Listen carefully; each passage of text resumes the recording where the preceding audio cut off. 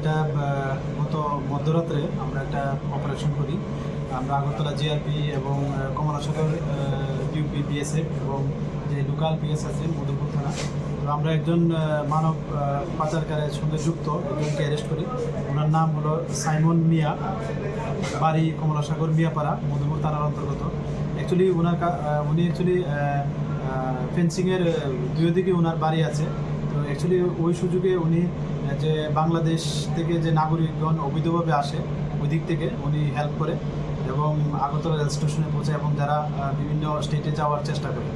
তো আমরা আজকে ওনাকে মহামান্য আদালতে প্রেরণ করছি এবং সঙ্গে পুলিশ রিমান্ডও চেয়েছি এবং ওনার কাছ থেকেও আমরা কিছু নাম আরও পেয়েছি। তো এগুলি আমরা ভেরিফাই করছি এবং আমাদের যে বিএসএফের যে গোয়েন্দা দপ্তর আছে এবং আমাদের যে আরও সিস্টার এজেন্সি আছে, আমরা ওনাদের সঙ্গেও এই নামগুলো শেয়ার করেছি এবং তার সত্যতা যাচাই করে এবং তাদের আইডেন্টিফাই করে আমরা অবশ্যই তাদের আইনের আওতায় আনব। এর আগে যাদেরকে আটক করেছেন তাদের কাছ থেকে কি কোনো তথ্য আর পাওয়া গেছে, মানে কে কার সঙ্গে জড়িত, কোথায় থেকে আসছে? হ্যাঁ, এটা তো ওই তাদের থ্রো ইন্টারোগেশনেই মানে ওনার নাম এসছে এবং ওই সূত্র ধরেই আমরা আরও টালি করি আরও বিভিন্ন বিষয় এবং ওই এভিডেন্সের উপর ভিত্তি করে আমরা ওনাকে মানে মামলা গ্রেপ্তার করা হয়েছে। আর কিছু গাঁজা উদ্ধার করেছেন, কোথায় থেকে উদ্ধার করেছেন? হ্যাঁ, গতকালকে আমাদের আগরতলা রেল স্টেশনেও সেম একটা জয়েন্ট অপারেশন করা হয়, যেটা রানী কমলাবতী এক্সপ্রেস যাওয়ার ঠিক আগ মুহূর্তে। তো আমরা এখানে 17 কেজি 500 গ্রাম গাঁজা বাজেয়াপ্ত করি এবং এটা লিড করেছে মানে আমাদের আগরতলা আরপিএফ, ওনারা লিড করেছেন।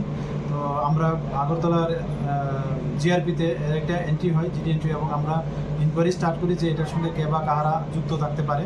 তো আমরা অবশ্যই তাদের এগেনস্টে মানে আইনত ব্যবস্থা নেব এবং যা বাজার মূল্য, যা ডেস্টিনেশন প্রাইস হতে পারে, আমরা ত্রিপুরা থেকে বের হলে যে আমাদের আসামি ধরা পড়ে বিভিন্ন কেসে, তো তারা বলে যে অ্যাটলিস্ট 15,000 থেকে স্টার্টিং হয়। তো এই যদি আমরা ধরি তো এর বাজার মূল্য আমাদের প্রায় 2,62,000-এর আশেপাশে এরকম হতে পারে।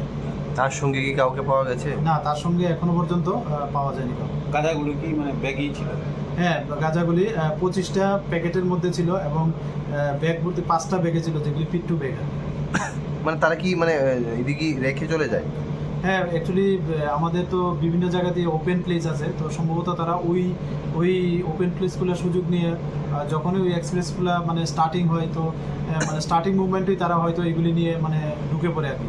তো এই সময় তো একটু সবাই চলতে থাকে, তো তারপরেও আমরা এগুলি ধরতে সক্ষম হয়েছি, কারণ অনেক ক্ষেত্রে অসুবিধা হয়ে যায় কারণ রানিং ট্রেনের মধ্যে। তো আমরা এটা নিয়ে আসলে আমরা যে আরপিএফ, জিআরপি এবং আমরা যে আরও যে এজেন্সি আছে এই বিষয়টা আমরা শেয়ার করি এবং তৎক্ষণাৎ এগুলিকে অপরাধ করার চেষ্টা করি।